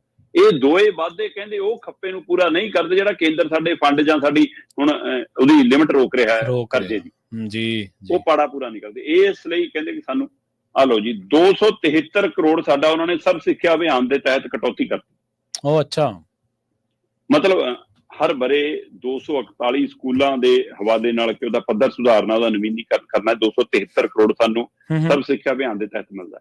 ਪਤਾ ਨਹੀਂ ਕੇਂਦਰ ਨੇ ਦੁਆਰਾ MOU ਸਾਈਨ ਨਹੀਂ ਕੀਤਾ, ਪਤਾ ਨਹੀਂ ਸਾਡੀ ਸਰਕਾਰ ਪ੍ਰਸ਼ਾਸਨ ਦੀ ਨਲਾਇਕੀ ਹੈ ਕਿ MOU ਨੂੰ ਨਵਿਆਇਆ ਹੀ ਨਹੀਂਗਾ। 273 ਕਰੋੜ ਘੱਟ ਹੋ ਗਏ ਸਾਡੇ। ਠੀਕ ਹੈ। ਉਹ ਤੋਂ ਬਾਅਦ ਨੈਸ਼ਨਲ ਹੈਲਥ ਮਿਸ਼ਨ, ਸਾਰਿਆਂ ਨੂੰ ਪਤਾ ਹੈ ਕਿ ਮੁੱਖ ਮੰਤਰੀ ਸਾਹਿਬ ਦਾ, ਪੰਜਾਬ ਸਰਕਾਰ ਦਾ ਤੇ ਸੈਂਟਰ ਦੇ ਹੈਲਥ ਵਿਭਾਗ ਦਾ ਆਪਸ ਚ ਪੇਚਾ ਪਸਿਆ ਰਿਹਾ ਕਿ ਕਲੀਨਿਕ ਬਣਾ ਲਏ, ਮਹੱਲਾ ਕਲੀਨਿਕ ਬਣਾ ਲਏ, ਫੋਟੋਆਂ ਆਪਣੀਆਂ ਲਾ ਲਈਆਂ, ਉਹ ਸਾਰਾ ਪੇਚਾ। ਨਤੀਜਾ 650 ਕਰੋੜ ਪਿਛਲੇ ਸਾਲ ਦਾ ਪਿਆ, ਤੇ 450 ਕਰੋੜ ਬਾਕੀ ਬਕਾਇਆ ਹੋ ਗਿਆ। 1100 ਕਰੋੜ ਰੁਕਿਆ ਪਿਆ ਸਾਡਾ। ਠੀਕ ਹੈ ਜੀ। ਉਹ ਆਯੁਸ਼ਮਾਨ ਨਾਲ ਪੰਗਾ ਪੈ ਗਿਆ ਸਾਰਾ। ਹਾਂਜੀ। ਸੋ 650 ਕਰੋੜ ਪਿਛਲੇ ਸਾਲ ਦਾ, 650 ਕਰੋੜ, ਤੇ ਬਾਕੀ ਕੁੱਲ ਬਕਾਇਆ ਜਿਹੜਾ ਹੈਗਾ 450 ਕਰੋੜ ਹੈ। 1100 ਕਰੋੜ ਇਹ ਪਿਆ। ਫਿਰ ਆ ਜਾਓ ਪੇਂਡੂ ਵਿਕਾਸ ਫੰਡ ਜੀ। ਪੇਂਡੂ ਵਿਕਾਸ ਫੰਡ ਬਾਰੇ ਆਪਾਂ ਅਕਸਰ ਚਰਚਾ ਕਰਦੇ ਆ ਰਹੇ ਹਾਂ ਕਿ ਕੇਂਦਰ ਇੱਕ ਸ਼ਾਸਨ ਸਾਡਾ ਪੇਂਡੂ ਵਿਕਾਸ ਫੰਡ ਰੋਕ ਰਿਹਾ ਹੈ, ਜਿਹਦੇ ਨਾਲ ਪਿੰਡਾਂ ਦਾ ਵਿਕਾਸ ਤਾਂ ਰੁਕਣਾ ਹੀ ਰੁਕਣਾ, ਸਾਡੀਆਂ ਮੰਡੀਆਂ ਦਾ ਭੋਗ ਪੈਣ ਦਾ ਖਤਰਾ ਖੜਾ। ਤੇ ਕੇਂਦਰ ਨੇ ਉਸ ਮਾਮਲੇ 'ਚ ਮੈਨੂੰ ਲੱਗਦਾ ਅਗਲੀ ਡਿੰਗ ਪੁੱਟ ਲਈ ਹੈ। ਜੋ ਝੋਨੇ ਨੂੰ ਰੱਖਣ ਨੂੰ ਲੈ ਕੇ, ਚੌਲਾਂ ਨੂੰ ਰੱਖਣ ਨੂੰ ਲੈ ਕੇ ਹੁਣ ਸ਼ੈਲਰ ਵਾਲਾ ਸਿਸਟਮ ਹੋਇਆ, ਜਿੱਥੇ ਸ਼ੈਲਰ ਕਲਾਸ ਨੂੰ ਲੈ ਕੇ ਖੜਾ ਕੀਤਾ, ਉਹ ਟਕਰਾਵ ਉਸੇ ਗੱਲ ਵੱਲ ਹੈ ਕਿ ਕੱਲ ਨੂੰ ਇੱਥੋਂ ਸ਼ੈਲਰ ਰੱਖਣਾ, ਸ਼ੈਲਰਾਂ 'ਚ ਚੌਲ ਬਣਨੇ ਬੰਦ ਹੋ ਜਾਣੇ, ਉਸ ਤੋਂ ਬਾਅਦ ਚੌਲ ਪੈਦਾਵਾਰ ਬੰਦ ਹੋਵੇ, ਖਰੀਦ ਬੰਦ ਹੋਵੇ, ਤੇ ਮੰਡੀਆਂ ਖਤਮ ਹੋਣ। ਜਦੋਂ ਕਿ ਝੋਨਾ ਪੈਦਾ ਕਰਨਾ ਸਾਡੀ ਫਸਲ ਨਹੀਂ ਆ ਬਿਲਕੁਲ, ਪਰ ਉਹਦਾ ਬਦਲਵਾਂ ਹੱਲ ਵੀ ਸਰਕਾਰਾਂ ਨਹੀਂ ਦੇ ਪਾਈਆਂ ਨਾ।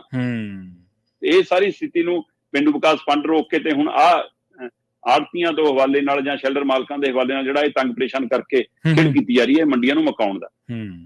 7000 ਕਰੋੜ ਸਾਡਾ ਪੇਂਡੂ ਵਿਕਾਸ ਫੰਡ ਫਸਿਆ ਹੋਇਆ। ਇੱਕ ਨਹੀਂ, ਦੋ ਨਹੀਂ, 5 ਸੀਜ਼ਨਾਂ ਦਾ ਪੈਸਾ ਹੋ ਗਿਆ। ਜੀ ਜੀ ਬਿਲਕੁਲ। 6767 ਕਰੋੜ ਕੇਂਦਰ ਕੰਨੀ ਬਕਾਇਆ ਖੜਾ ਹੈ ਪੇਂਡੂ ਵਿਕਾਸ ਫੰਡ ਦਾ। ਇਸੇ ਤਰ੍ਹਾਂ ਇੰਫਰਾਸਟ੍ਰਕਚਰ ਜਿਹੜਾ ਡਿਵੈਲਪਮੈਂਟ ਫੰਡ ਹੈ, ਉਹਦਾ ਵੀ ਵਿੱਤੀ ਸਹਾਇਤਾ ਜਿਹੜੀ ਹੈਗੀ 1100 ਕਰੋੜ ਦੀ ਕਟੌਤੀ ਹੋ ਗਈ ਉਸ ਵਿੱਚ।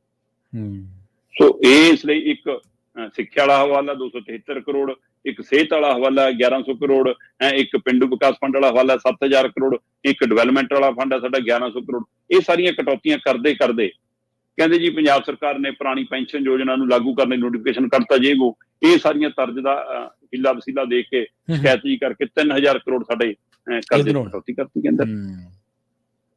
ਹੁਣ ਇਹ ਸਾਰੀ ਸਥਿਤੀ 'ਚ ਪੰਜਾਬ ਦੱਸੋ ਕਿੱਥੇ ਖੜਾ। ਇਹ ਵਿੱਤੀ ਵਰਾ ਜਦ ਮੁੱਕਣਾ, ਅਸੀਂ 4 ਲੱਖ ਕਰੋੜ ਤੋਂ ਵੱਧ ਦੇ ਕਰਜ਼ੇ ਹੀ ਹੋ ਜਾਣਾ, ਤੇ ਸਾਡੀ ਕਰਜ਼ੇ ਦੀ ਮਿਆਦ ਤਾਂ ਵਧੇ ਰਹੀ ਆ, ਸਾਡਾ ਨਾਲ ਵਿਆਜ ਵੀ ਨਾਲ ਨਾਲ ਚੌਖਾ ਹੋ ਰਿਹਾ। ਸੋ ਇਹ ਦੋ ਚੀਜ਼ਾਂ ਲਾਉਣੀਆਂ ਸਾਡੇ ਲਈ ਕਿਸ ਸਥਿਤੀ 'ਚ ਹੋਣਗੀਆਂ। ਸੋ ਇਸ ਲਈ ਵਿੱਤ ਵਿਭਾਗ ਨੇ ਸਪਸ਼ਟ ਲਫ਼ਜ਼ਾਂ 'ਚ ਕਹਿਤਾ ਕਿ ਜਨਾਬ ਜਾਂ ਤਾਂ ਹੀਲਾ ਵਸੀਲਾ ਕਰੋ ਕੋਈ, ਚਾਹੇ ਆਪਣੇ ਸਰੋਤ ਵਧਾਓ, ਚਾਹੇ ਕੇਂਦਰ ਤੋਂ ਆਪਣੀ ਰੋਕਾਂ ਹਟਵਾਓ, ਚਾਹੇ ਫੰਡ ਲਿਆਓ, ਜੋ ਕਰਨਾ ਕਰ ਲਓ, ਨਹੀਂ ਫਿਰ ਸਤੰਬਰ ਤੋਂ ਬਾਅਦ ਤੁਹਾਨੂੰ ਆਪਣੀਆਂ ਸਬਸਿਡੀਆਂ ਬੰਦ ਕਰਨੀਆਂ ਪੈਣਗੀਆਂ। ਮੁੱਖ ਮੰਤਰੀ ਸਾਹਿਬ ਕਹਿੰਦੇ ਦੇਖੋ ਜੋ ਬੰਦ ਕਰਨਾ ਉਹਦੀ ਤਜਵੀਜ਼ ਬਣਾ ਲਓ, ਜੀ ਜੀ ਆਪਾਂ ਵਿਚਾਰ ਕਰ ਲੈਂਦੇ ਹਾਂ, ਬਸ ਇਹਦੇ ਵਿੱਚ ਮੁਫਤ ਬਿਜਲੀ ਵਾਲੀ ਨਾ ਪਾਇਓ। ਉਹ ਅੱਛਾ, ਕਹਿੰਦੇ ਬੜਾ ਔਖਾ ਸਾਹ ਲੈ ਕੇ ਮੁੱਖ ਮੰਤਰੀ ਸਾਹਿਬ ਨੇ ਕਿਹਾ ਕਿ ਮੁਫਤ ਬਿਜਲੀ ਮੈਂ ਬੰਦ ਕਰ ਸਕਦਾ, ਇਹ ਤਾਂ ਸਾਡੀ ਵੋਟ ਬੈਂਕ ਹੈ। ਵੈਸੇ ਉਹ ਵੋਟ ਬੈਂਕ ਨੇ ਸ਼ੀਸ਼ਾ ਦਿਖਾਤਾ ਮੁਫਤ ਬਿਜਲੀ ਵਾਲੇ ਨੇ ਵੀ ਹਾਂਜੀ ਹਾਂਜੀ ਬਿਲਕੁਲ। ਇਸ ਲੋਕ ਸਭਾ ਚੋਣਾਂ 'ਚ ਵੀ ਕਿ ਸਾਨੂੰ ਬੁਨਿਆਦੀ ਸਹੂਲਤਾਂ ਦੀ ਨਾਲ ਬਰਾਬਰ ਲੋੜ ਹੈ, ਸੂਬੇ ਨੂੰ ਮਜ਼ਬੂਤ ਕਰਨ ਦੀ ਬਰਾਬਰ ਲੋੜ ਹੈ, ਲੋਕ ਜਾਗਰੂਕ ਹੈ। ਸੋ ਪਰ ਤਾਂ ਵੀ ਮੁੱਖ ਮੰਤਰੀ ਸਾਹਿਬ ਕਹਿੰਦੇ ਕਿ ਮੁਫਤ ਬਿਜਲੀ ਵਾਲੀ ਤਾਂ ਨਹੀਂ ਮੈਂ ਬੰਦ ਕਰਨੀ ਅਜੇ, ਉਹ ਤੋਂ ਬਿਨਾਂ ਕਿਹੜੀਆਂ ਸਬਸਿਡੀਆਂ 'ਚ ਕੀ ਕੀਤਾ ਜਾ ਸਕਦਾ, ਇਹਦੇ ਬਾਰੇ ਕਰੋ ਵਿਚਾਰ ਚਰਚਾ। ਦੂਏ ਪਾਸੇ ਕਹਿੰਦੇ ਕਿ ਮੰਤਰੀਆਂ ਨੂੰ ਉਚੇਚੇ ਹੁਕਮ ਲਾ ਦਿੱਤੇ ਗਏ ਨੇ ਮੁੱਖ ਮੰਤਰੀ ਭਗਵੰਤ ਮਾਨ ਵੱਲੋਂ ਕਿ ਮੈਂ ਵੀ ਦਿੱਲੀ ਰਾਬਤਾ ਕਰ ਰਿਹਾ, ਤੁਸੀਂ ਵੀ ਰਾਬਤਾ ਕਰੋ। ਜਿਹੜੇ ਜਿਹੜੇ ਵਿਭਾਗ ਦੇ ਪੈਸੇ ਰੁਕੇ ਨੇ ਉਹਨਾਂ ਦੇ ਜਿਹੜੇ ਜਿਹੜੇ ਨਵੇਂ ਮੰਤਰੀ ਬਣੇ ਨੇ, ਚਾਹੇ ਉਹ ਸਟੇਟ ਮੰਤਰੀ ਨੇ, ਚਾਹੇ ਉਹ ਕੈਬਨਿਟ ਸਿੱਧੇ ਮੰਤਰੀ ਨੇ, ਉਹਨਾਂ ਸਾਰਿਆਂ ਕੋਲ ਜਾਓ, ਬੜੇ ਬੜੇ ਗੁਲਦਸਤੇ ਲੈ ਕੇ ਜਾਓ, ਉਹਨਾਂ ਨੂੰ ਦੋ ਫੋਟੋਆਂ ਖਿਚਾਓ ਤੇ ਮਿੰਨਤ ਤਰਲਾ ਕਰੋ, ਜੇ ਫੰਡ ਰਿਲੀਜ਼ ਕਰਾ ਸਕਦੇ ਹੋ ਕਰਾਓ, ਤੇ ਮੈਂ ਵੀ ਕੋਸ਼ਿਸ਼ ਕਰੂੰਗਾ, ਤੁਸੀਂ ਵੀ ਕਰੋ। ਸੋ ਹੁਣ ਤੁਹਾਨੂੰ ਆਉਂਦੇ ਕੁਝ ਦਿਨਾਂ 'ਚ ਇਹ ਸਾਰਾ ਮੰਤਰੀ ਮੰਡਲ ਦਿੱਲੀ ਫੋਟੋਆਂ ਖਿਚਾਉਂਦਾ ਨਜ਼ਰ ਆਊਗਾ। ਜੀ ਜੀ। ਤੇ ਅਗਲੀ ਖਬਰ ਦੇ ਵੱਲ ਵਧੀਆ ਗੱਲ ਕਰੀਏ। ਕਹਿੰਦੇ ਮੁਫਤ ਦੀ ਸਕੀਮਾਂ ਵਾਲੀ ਆਪਾਂ ਗੱਲ ਕਰਕੇ ਹਟੇ ਸ਼ਰਮਾ ਜੀ। ਕਹਿੰਦੇ ਇੱਕ ਦਿਨ ਦੇ ਵਿੱਚ 1 ਕਰੋੜ ਦਾ ਮੁਫਤ ਸਫ਼ਰ ਕਰ ਜਾਂਦੀਆਂ ਪੰਜਾਬ ਦੇ ਵਿੱਚ ਬੀਬੀਆਂ। ਦੇਖੋ ਇਹ ਇੱਕ ਵੱਡਾ ਸਵਾਲ ਹੈ। ਪਾਵਰਕੌਮ ਮਤਲਬ ਹੁਣ ਡੁੱਬਣ ਕਿਨਾਰੇ, ਕਹਿੰਦੇ ਡੁੱਬੀ ਤਾਂ ਜੇ ਸਾਹ ਨਾ ਆਇਆ, ਹੈ ਨਾ, ਮਤਲਬ ਤੁਸੀਂ ਸਾਹ ਆਉਣ ਜੋਗੇ ਛੱਡੋਗੇ ਹੀ ਨਹੀਂ ਉਹਨਾਂ ਨੂੰ। ਤੁਸੀਂ ਕਹਿੰਦੇ ਹੋ ਕਿ ਮੁਫਤ ਬਿਜਲੀ ਦੇ ਜਾਓ, ਪਰ ਅਸੀਂ ਤੁਹਾਨੂੰ ਸਮੇਂ ਸਿਰ ਅਦਾਇਗੀ ਨਹੀਂ ਕਰ ਸਕਦੇ ਜੀ। ਸੋ ਅਗਲਿਆਂ ਨੇ ਜੇ ਬਾਹਰੋਂ ਬਿਜਲੀ ਖਰੀਦਣੀ ਹੈ ਤਾਂ ਉਹਨਾਂ ਕੋਲ ਪੈਸਾ ਤਾਂ ਚਾਹੀਦਾ ਨਾ। ਇਸੇ ਤਰ੍ਹਾਂ ਪੀਆਰਟੀਸੀ ਨੂੰ ਪੈਰਾਂ ਸਿਰ ਹੋਣ ਲਈ ਪੈਸੇ ਤਾਂ ਚਾਹੀਦੇ ਨੇ। ਬੀਬੀਆਂ ਦਾ ਪੰਜਾਬ ਸਰਕਾਰ ਵਾਲੇ ਕੰਨੀ 300 ਕਰੋੜ ਦਾ ਬਿੱਲ ਬਕਾਇਆ। ਠੀਕ ਹੈ, ਮਤਲਬ ਜੇ ਬੀਬੀ ਮੁਫਤ ਸਫ਼ਰ ਕਰਦੀ ਆ ਤਾਂ ਪੀਆਰਟੀਸੀ ਵਾਲੇ ਉਹਨੂੰ ਟਿਕਟ ਕੱਟ ਕੇ ਦਿੰਦੇ ਆ ਨਾ ਕਿ ਭਾਈ ਤੇਰਾ ਕਿਰਾਇਆ 0 ਆ, ਪਰ ਟਿਕਟ ਕੱਟ ਹੋ ਗਈ। ਉਹ ਟਿਕਟ ਦੇ ਹਿਸਾਬ ਨਾਲ ਰਿਕਾਰਡ ਬਣਦਾ ਕਿ ਇੱਥੋਂ ਇੱਥੇ ਤੱਕ ਦਾ ਭਾਈ, ਉਹਦੇ ਕਿਰਾਏ ਦੇ ਹਿਸਾਬ ਨਾਲ ਹਰ 15 ਦਿਨ ਬਾਅਦ ਬਿੱਲ ਭੇਜਿਆ ਜਾਂਦਾ ਪੰਜਾਬ ਸਰਕਾਰ। ਠੀਕ ਹੈ, ਚਾਹੇ ਉਹ ਮੁਫਤ ਬੀਬੀਆਂ ਵਾਲਾ ਸਫ਼ਰ ਹੋਵੇ, ਚਾਹੇ ਉਹ ਮੁਲਾਜ਼ਮਾਂ ਵਾਲਾ ਸਫ਼ਰ ਮੁਫਤ ਹੋਵੇ, ਚਾਹੇ ਉਹ ਪੁਲਿਸ ਕਰਮੀ ਨੇ, ਚਾਹੇ ਕੋਈ ਹੋਰ ਨੇ, ਜਿਨ੍ਹਾਂ ਦਾ ਵੀ ਏਦਾਂ ਦਾ ਯੋਜਨਾਵਾਂ ਤਹਿਤ ਬਣਦਾ, ਉਹ ਸਾਰੇ ਦਾ ਬਿੱਲ ਬਣਾ ਕੇ 15 ਦਿਨਾਂ ਬਾਅਦ ਪੀਆਰਟੀਸੀ ਪੰਜਾਬ ਸਰਕਾਰ ਨੂੰ ਭੇਜਦੀ ਹੈ। ਠੀਕ ਹੈ, ਤੇ ਪਰ ਪੰਜਾਬ ਸਰਕਾਰ ਉਹ ਬਿੱਲ ਹੀ ਨਹੀਂ ਪੂਰਾ ਤਾਰਦੀ। 300 ਕਰੋੜ ਬੀਬੀਆਂ ਵਾਲਾ ਖੜਾ ਹੈ, 100 ਕਰੋੜ ਹੋਰ ਯੋਜਨਾਵਾਂ ਵਾਲਾ ਖੜਾ ਹੈ, 400 ਕਰੋੜ ਬਕਾਇਆ ਖੜਾ ਹੈ ਪੀਆਰਟੀਸੀ ਦਾ ਪੰਜਾਬ ਸਰਕਾਰ ਕਰਨੀ। ਤੇ ਮੈਨੂੰ ਦੱਸੋ ਪੀਆਰਟੀਸੀ ਕੀ ਕਰੂਗੀ ਫਿਰ? ਜੀ, ਹਰ ਰੋਜ਼ ਪੀਆਰਟੀਸੀ ਦੀ ਆਮਦਨ ਲਗਭਗ 2 ਕਰੋੜ 20 ਲੱਖ ਹੈ ਪ੍ਰਵੀਨ ਜੀ। ਠੀਕ ਹੈ ਜੀ, ਜਿਹਦੇ ਵਿੱਚ 1 ਕਰੋੜ ਬੀਬੀਆਂ ਮੁਫਤ ਸਫ਼ਰ ਕਰ ਜਾਂਦੀਆਂ, ਉਹ ਪੰਜਾਬ ਕੰਨੀ ਖੜ ਜਾਂਦਾ ਤੇ 1 ਕਰੋੜ 20 ਲੱਖ ਆਇਆ ਉਹਨਾਂ ਕੋਲ। ਜਿਹੜਾ ਰੂਟੀਨ 'ਚ ਰੋਜ਼ ਆ ਰਿਹਾ ਹੈ, 2 ਕਰੋੜ 20 ਲੱਖ ਦੇ ਵਿੱਚੋਂ 1 ਕਰੋੜ ਤਾਂ ਬੀਬੀਆਂ ਦਾ ਐਵਰੇਜ ਹੈ ਕਿ 1 ਕਰੋੜ ਦਾ ਸਫ਼ਰ ਬੀਬੀਆਂ ਮੁਫਤ ਕਰਦੀਆਂ, ਹੈ ਨਾ। ਤੇ ਉਹ ਤੋਂ ਬਾਅਦ 1 ਕਰੋੜ 20 ਲੱਖ ਦੇ ਵਿੱਚੋਂ 85 90 ਇੰਨੇ ਕੁ ਦਾ ਡੀਜ਼ਲ ਪੈ ਜਾਂਦਾ ਗੱਡੀਆਂ 'ਚ, ਤੇ ਪਿੱਛੇ 20 ਲੱਖ 25 ਲੱਖ 30 ਲੱਖ ਬਚਦਾ। ਉਹਦੀਆਂ ਪੈਨਸ਼ਨਾਂ ਦੇਣਗੇ, ਤਨਖਾਹ ਦੇਣਗੇ, ਆਪਣਾ ਰਿਪੇਅਰ ਕਰਾਉਣਗੇ, ਸਪੇਅਰ ਕਰਾਉਣਗੇ, ਖਰਚਾ ਕਿੱਥੋਂ ਚੱਲੂਗਾ? ਸੋ ਆਹ ਸਥਿਤੀ ਹੈ ਜੀ। ਇਸ ਸਥਿਤੀ ਜੋ ਨਜਿੱਠਣ ਦੇ ਲਈ ਹੁਣ ਪੀਆਰਟੀਸੀ ਨੇ ਪੰਜਾਬ ਸਰਕਾਰ ਨੂੰ ਚਿੱਠੀਆਂ ਵੀ ਲਿਖਤੀਆਂ, ਹਵਾਲਾ ਵੀ ਦੇਤਾ ਤੇ ਮੁੜ ਘੋਖਣ ਦੀ ਬੇਨਤੀ ਵੀ ਕੀਤੀ ਹੈ। ਪਰ ਤੁਸੀਂ ਜਿਵੇਂ ਕਹਿ ਰਹੇ ਸੀ ਕਿ ਬਿੱਲੀ ਦੀ ਗੱਲ ਟੱਲੀ ਬੰਨੇ ਕੌਣ? ਯੋਜਨਾ ਲਾਗੂ ਹੋ ਗਈ, ਹੁਣ ਵਾਪਸ ਲੈਣੀ ਔਖੀ ਹੁੰਦੀ ਹੈ। ਹਾਂਜੀ ਹਾਂਜੀ। ਸੋ ਜਦ ਇਹ ਹੋ ਹੱਲਾ ਮਚ ਜਾਂਦਾ ਸੋ ਇਸ ਲਈ, ਪਰ ਇਸ ਦੀ ਸਮੀਖਿਆ ਤਾਂ ਹੋ ਸਕਦੀ ਹੈ ਕਿ ਇੱਕ ਉਹਦੇ ਵਿੱਚ ਬੀਬੀ ਜਾ ਰਹੀ ਹੈ ਜਿਹੜੀ ਮਤਲਬ ਨੀਲਾ ਕਾਰਡ ਧਾਰਕ ਹੈ, ਮੰਨ ਲਓ, ਹੈ ਨਾ, ਆਰਥਿਕ ਤੌਰ ਤੇ ਕਮਜ਼ੋਰ ਬੀਬੀ ਜਾ ਰਹੀ ਹੈ, ਜਾਂ ਮਤਲਬ ਆਪਾਂ ਕਹਿ ਦਈਏ ਕਿ 60-65 ਸਾਲ ਤੋਂ ਉੱਪਰ ਵਾਲੀ ਬੀਬੀ ਹੈ, ਜਾਂ ਉਹਦੇ ਵਿੱਚ ਕੋਈ ਮਜ਼ਦੂਰ ਸਫ਼ਰ ਕਰ ਰਿਹਾ, ਕੋਈ ਦਿਹਾੜੀਦਾਰ ਮਜ਼ਦੂਰ ਸਫ਼ਰ ਕਰ ਰਿਹਾ, ਕੋਈ ਨਰੇਗਾ ਕਾਰਡ ਧਾਰਕ ਸਫ਼ਰ ਕਰ ਰਿਹਾ, ਚਾਹੇ ਉਹ ਬੀਬੀ ਹੈ ਚਾਹੇ ਉਹ ਬੰਦਾ, ਉਹਨਾਂ ਲਈ ਯੋਜਨਾ ਲਿਆਉਣ ਤਾਂ ਸਮਝ ਆਉਂਦਾ। ਜਿਹੜੀ ਮਤਲਬ 55,000 72,000 65,000 70,000 ਲੈਕਚਰਰ ਲਾ ਕੇ, ਪ੍ਰੋਫੈਸਰ ਲਾ ਕੇ, ਮਾਸਟਰੀ ਲਾ ਕੇ, ਕਿਸੇ ਦਫ਼ਤਰ 'ਚ ਬਾਬੂ ਲਾ ਕੇ ਨੌਕਰੀ ਕਰ ਰਹੀ ਹੈ, 3-3 4-4 ਹਜ਼ਾਰ ਦਾ ਪਰਸ ਕੁੜੀ ਟੇਢੀ ਜਿਹੀ ਕਰਕੇ ਲਟਕਾ ਕੇ ਬੱਸ 'ਚ ਬੈਠਦੀ ਹੈ ਜਿਹੜੀ ਬੀਬੀ, ਉਹਨੂੰ ਮਾਫ ਆ। ਤੇ ਜਿਹੜਾ 400 ਰੁਪਏ ਦਿਹਾੜੀ ਕਰਨ ਜਾਂਦਾ ਵਿਚਾਰਾ, ਉਹ ਖੜ ਕੇ ਜਾ ਰਿਹਾ ਤੇ ਟਿਕਟ ਵੀ ਲੈ ਰਿਹਾ, ਹੈ ਨਾ। ਵਿਦਿਆਰਥੀਆਂ ਦੀਆਂ ਵੀ ਧੱਕਾ ਹੁੰਦਾ ਕਿ ਹਾਂ ਉਹਨਾਂ ਨੂੰ ਵੀ ਨਹੀਂ, ਵੀ ਤੁਹਾਡਾ ਬੱਸ ਪਾਸ ਨਹੀਂ ਨਵਿਆ ਹੋਣਾ, ਨਹੀਂ ਹੋਣਾ, ਤੁਸੀਂ ਪ੍ਰਾਈਵੇਟ ਕਾਲਜ ਪੜ੍ਹਦੇ ਹੋ, ਜਿਹਨਾਂ ਲੋੜਾਂ ਨੂੰ ਤੁਸੀਂ ਦਿੰਦੇ ਨਹੀਂ ਸਹੂਲਤ। ਸਹੀ। ਸੋ ਇਸ ਲਈ ਇਹਦੀ ਮੁੜ ਕੇ ਸਮੀਖਿਆ ਦੀ ਲੋੜ ਹੈ ਤੇ ਪੰਜਾਬ ਸਰਕਾਰ ਸਮੇਂ ਸਿਰ ਅਦਾ ਕਰੇ। ਕਹਿੰਦੇ ਜੀ ਬਿੱਲ ਜਾਂਦਾ 15 ਦਿਨਾਂ ਬਾਅਦ ਕਿ 400 ਕਰੋੜ ਹੋ ਗਿਆ ਜੀ, 450 ਕਰੋੜ ਹੋ ਗਿਆ ਜੀ, ਤੇ ਕਹਿੰਦੇ ਆ ਲਓ 63 ਕਰੋੜ ਲੈ ਲਓ ਵਿੱਚੋਂ। ਅੱਛਾ। ਸੋ ਇੰਨਾ ਕੁ ਦੇ ਕੇ ਐਂ ਡੰਗ ਟਪਾ ਕੇ ਸਾਰਨ ਦੀ ਕੋਸ਼ਿਸ਼ ਕੀਤੀ ਜਾ ਰਹੀ ਆ। ਪੀਆਰਟੀਸੀ ਵਾਲਿਆਂ ਦੇ ਮੁਲਾਜ਼ਮਾਂ ਨੇ ਤੈਅ ਕਰ ਲਿਆ, ਪੈਨਸ਼ਨ ਧਾਰਕਾਂ ਨੇ ਵੀ, ਮੁਲਾਜ਼ਮਾਂ ਨੇ ਵੀ, ਕਿ ਸਰਕਾਰ ਦੇ ਖਿਲਾਫ ਅਸੀਂ ਰੋਸ ਕਰਾਂਗੇ। 3 ਜੁਲਾਈ ਤੱਕ ਜੇਕਰ ਇਹ ਅਦਾਇਗੀਆਂ ਪੈਰਾਂ ਸਿਰ ਨਹੀਂ ਕੀਤਾ ਜਾਂਦਾ ਤਾਂ ਉਹਨਾਂ ਨੇ ਫਿਰ ਹੜਤਾਲ ਤੇ ਜਾਣ ਦਾ, ਰੋਸ ਪ੍ਰਗਟਾਉਣ ਦਾ ਤੈਅ ਕੀਤਾ। ਪਰ ਪੰਜਾਬ ਸਰਕਾਰ ਫਿਰ ਥੋੜਾ ਜਿਹਾ ਦੇ ਕੇ ਸਾਰ ਲੈਂਦੀ ਹੈ ਕਿ ਚਲੋ ਐ ਨਿਬੜੇ ਮਾਮਲਾ। ਪਰ ਕਿਤੇ ਨਾ ਕਿਤੇ ਪੰਜਾਬ ਦੇ ਸਾਰੇ ਸਰਕਾਰੀ ਵਿਭਾਗ, ਖਾਸ ਕਰਕੇ ਜਿਹੜੇ ਸਬਸਿਡੀਆਂ ਨਾਲ ਜੁੜੇ ਨੇ, ਮੁਫਤ ਸਕੀਮਾਂ ਨਾਲ ਜੁੜੇ ਨੇ, ਉਹਨਾਂ ਦਾ ਪੱਠਾ ਬੈਠਦਾ ਜਾ ਰਿਹਾ। ਜਿੱਦਣ ਜਮਾ ਬੰਦ ਹੋ ਗਿਆ ਫਿਰ ਉਦੋਂ ਕੀ ਕਰੋਗੇ? ਜਾਂ ਤੁਸੀਂ ਪ੍ਰਾਈਵੇਟ ਕਰਨ ਨੂੰ ਉਭਾਰਾ ਦੇਣ ਦੇ ਲਈ ਸਪੇਸ ਬਣਾ ਰਹੇ। ਬਿਲਕੁਲ ਬਿਲਕੁਲ, ਫਿਰ ਉਹਨੂੰ ਤਾਂ ਉਤਸ਼ਾਹ ਮਿਲੂਗਾ ਹੀ ਜੀ, ਉਹਨੂੰ ਤਾਂ ਉਹ ਤਾਂ ਰਾਹ ਆਪੇ ਖੁੱਲ ਜਾਣੇ ਪ੍ਰਾਈਵੇਟ ਕਰਨ ਦੇ, ਤਾਂ ਨਿੱਜੀਕਰਨ ਨੇ ਤਾਂ ਵੱਧ ਹੀ ਰਹੇ ਆਪਾਂ।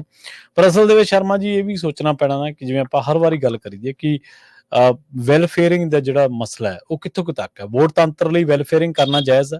ਜਿਵੇਂ ਤੁਸੀਂ ਕਿਹਾ ਕਿ 400 ਦੀ ਦਿਹਾੜੀ ਕਰਨ ਵਾਲਾ ਤਾਂ ਉਹਦਾ ਖੜ ਕੇ ਜਾਂਦਾ ਬੱਸ ਦੇ ਵਿੱਚ, ਟਿਕਟ ਲੈ ਕੇ ਜਾਂਦਾ ਹੈ, ਪਰ ਹੋ ਸਕਦਾ ਉਹਦੇ ਨਾਲ ਸੀਟ ਤੇ ਬੈਠੀ ਬੀਬੀ ਉਹ 85,000 90,000 ਰੁਪਏ ਤਨਖਾਹ ਲੈਂਦੀ ਹੋਵੇ।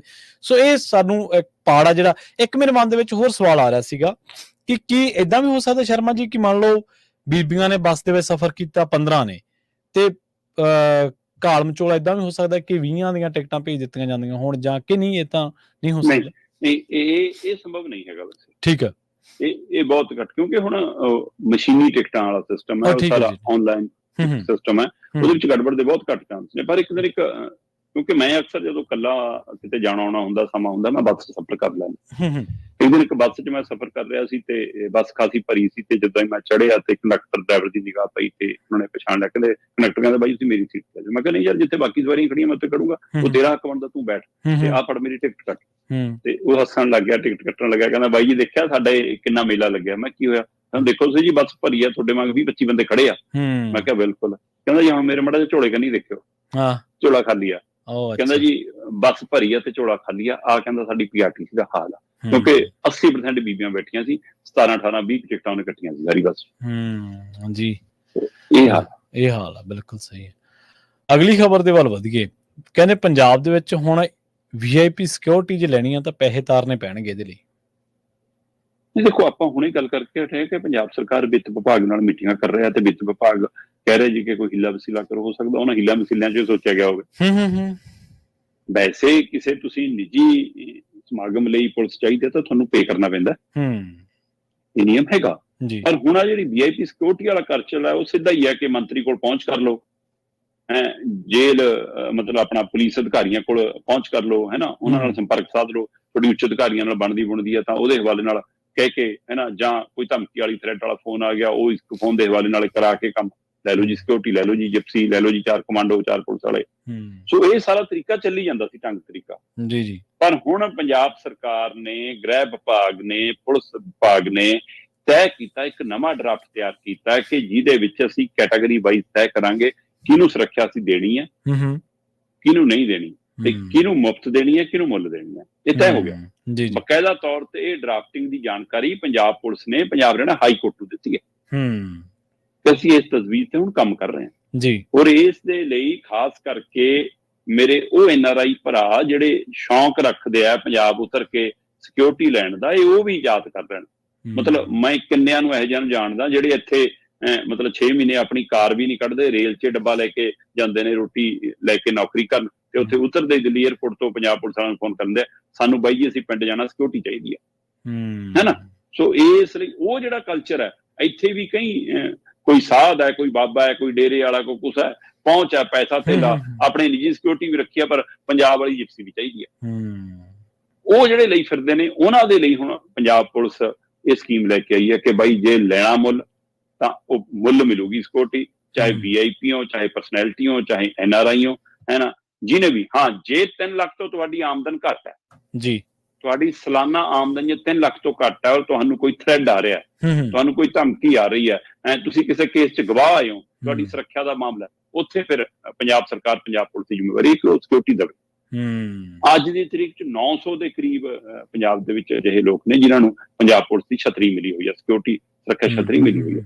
ਹੁਣ ਉਹਦੇ ਵਿੱਚ ਉਹ ਕਹਿੰਦੇ ਜੀ ਰਾਜਨੀਤਿਕ ਤੌਰ ਤੇ ਜਿਹੜੇ ਲੀਡਰ ਨੇ ਉਹਨਾਂ ਦਾ ਇੱਕ ਸੂਚੀ ਵੱਖਰੀ ਹੋਊਗੀ, ਸਮਾਜਿਕ ਧਾਰਮਿਕ ਤੌਰ ਤੇ ਵੱਖਰੀ ਹੋਊਗੀ, ਸੈਲੀਬ੍ਰਿਟੀਆਂ ਦੀ ਵੱਖਰੀ ਹੋਊਗੀ, ਹੈ ਨਾ, ਤੇ ਹੋਰ ਕੋਈ ਸਪੈਸ਼ਲ ਆਉਂਦਾ ਉਹਦੀ ਵੱਖਰੀ ਹੋਊਗੀ। ਸੋ ਉਸ ਸਥਿਤੀ ਦੇ ਵਿੱਚ ਉਹਨਾਂ ਨੂੰ 1.25 ਲੱਖ ਤੋਂ ਲੈ ਕੇ 1.5 ਲੱਖ ਤੱਕ ਇੱਕ ਜਵਾਨ ਦੀ ਅਦਾਇਗੀ ਕਰਨੀ ਪਏਗੀ ਤਾਂ ਉਹਨੂੰ ਸਿਕਿਉਰਿਟੀ ਮਿਲੇਗੀ। ਸੋ ਇਹ ਇੱਕ ਲਗਭਗ ਕ੍ਰਾਈਟੇਰੀਆ ਤੈਅ ਕਰ ਲਿਆ। ਇਹ 'ਚ ਕਿੰਨੇ ਕੁ ਸਫਲ ਹੁੰਦੇ ਨੇ, ਕਿੰਨੇ ਕੁ ਨਹੀਂ, ਇਹ ਦੇਖਣ ਵਾਲੀ ਗੱਲ ਆ। ਪਿਛਲੇ ਦਿਨੀ ਇੱਕ ਮੁੱਦਾ ਵੀ ਬਣ ਗਿਆ ਸੀਗਾ ਕਿ ਬਿਲਕੁਲ ਕਮਾਂਡੋ ਵਾਲੀ ਵਰਦੀ ਪਾ ਕੇ ਨਿੱਜੀ ਸਿਕਿਉਰਿਟੀ ਘੁੰਮੀ ਜਾਂਦੀ ਸੀ, ਤੇ ਉਹੋ ਜਿਹੀ ਲੋਗੋ ਲਾ ਕੇ ਸਾਰਾ ਕੁਝ, ਮਤਲਬ ਨਕਲੀ ਪੁਲਿਸ ਨਾਲ ਕਿਤੇ ਵਿਚਰ ਲੱਗ ਜਾਵੇ। ਜਦੋਂ ਨਕਲੀ ਪੁਲਿਸ ਦੀਆਂ ਗੱਲਾਂ ਚੱਲੀਆਂ, ਪੁਲਿਸ ਨੇ ਕਿਹਾ ਕਿ ਨਕਲੀ ਕਿਉਂ, ਅਸਲੀ ਪੁਲਿਸ ਅਸੀਂ ਤੁਹਾਨੂੰ ਮੁੱਲ ਦਿੰਦੇ ਹਾਂ, ਹੈ ਨਾ। ਸੋ ਇਹ ਸਾਰੀ ਪ੍ਰਕਿਰਿਆ ਦੇ ਵਿਚਾਲੇ ਪੰਜਾਬ ਸਰਕਾਰ ਨੂੰ ਇਹ ਵੀ ਧਿਆਨ ਰੱਖਣਾ ਪੈਣਾ ਕਿ ਇਹੀ ਸਿਕਿਉਰਿਟੀ ਦੇ ਮੁੱਦੇ ਨੇ ਸਿੱਧੂ ਮੂਸੇਵਾਲਾ ਗਵਾਇਆ ਤੁਹਾਡੇ ਕੋਲ। ਤੇ ਉਸ ਘਟਨਾ ਨੇ ਤੁਹਾਨੂੰ ਅੱਜ ਤੱਕ ਬਦਨਾਮੀ ਦੇ ਦਾਗ ਚੋਂ ਬਾਹਰ ਨਹੀਂ ਆਉਣ ਦਿੱਤਾ। ਸੋ ਆਪ ਪੰਜਾਬ ਸਰਕਾਰ ਇਸ ਲਈ ਇਸ ਸਮੀਖਿਆ ਨੂੰ ਧਿਆਨ ਚ ਰੱਖਦੇ ਹੈ, ਕਿਉਂਕਿ ਜੇ ਹੁਣ ਤੁਸੀਂ ਕਹਿੰਦੇ ਹੋ ਕਿ 900 ਦੇ ਵਿੱਚੋਂ ਅਸੀਂ 500-700 ਬੰਦਾ ਵਿਹਲਾ ਕਰਨਾ, ਤੇ ਰੱਬ ਨਾ ਖੁਦਾ ਨਾ ਖਾਲਸਾ ਇੱਕ ਅੱਧੀ ਘਟਨਾ ਕੋਈ ਵਾਪਰ ਗਈ, ਫਿਰ ਸਵਾਲ ਆ ਜਾਣਾ। ਸੋ ਇਸ ਲਈ ਜਾਂ ਤਾਂ ਤੁਸੀਂ ਰਿਪੋਰਟ ਵੀ ਨਾਲ ਦੀ ਨਾਲ ਕਰੋ ਕਿ ਭਾਈ ਤੈਨੂੰ ਲੋੜ ਹੈ, ਤੈਨੂੰ ਸਾਡੀ ਰਿਪੋਰਟ ਦੱਸਦੀ ਹੈ ਕਿ ਤੈਨੂੰ ਸਿਕਿਉਰਿਟੀ ਦੀ ਲੋੜ ਹੈਗੀ ਹੈ ਨਾ, ਤੇ ਪਰ ਉਹਦੇ ਲਈ ਤੈਨੂੰ ਅਦਾ ਵੀ ਕਰਨਾ ਪੈਣਾ, ਤੈਨੂੰ ਸਿਕਿਉਰਿਟੀ ਦੇ ਰਹੇ ਹਾਂ। ਇਹਦੀ ਨਾਲ ਦੀ ਨਾਲ ਸਮੀਖਿਆ, ਇਹ ਨਾ ਹੋਵੇ ਕਿ ਕਹਿਣ ਜੀ ਅਸੀਂ ਘਰੇ ਬਿਠਾ ਲਏ, ਪਹਿਲਾਂ ਪੈਸੇ ਦਿਓ ਫਿਰ ਭੇਜਾਂਗੇ। ਸੋ ਇਹ ਵੀ ਨਜ਼ਰ ਰੱਖਣ ਦੀ ਲੋੜ ਹੈ। ਪਰ ਹੁਣ ਇਹ ਸਪਸ਼ਟ ਹੋ ਗਿਆ ਕਿ ਲਗਭਗ ਜੁਲਾਈ ਤੋਂ ਇਹ ਸ਼ਾਇਦ ਨਿਯਮ ਲਾਗੂ ਹੋ ਜਾਵੇ ਕਿ ਹੁਣ VIP ਸਿਕਿਉਰਿਟੀ ਮੁਫਤ ਨਹੀਂ ਮਿਲੂਗੀ।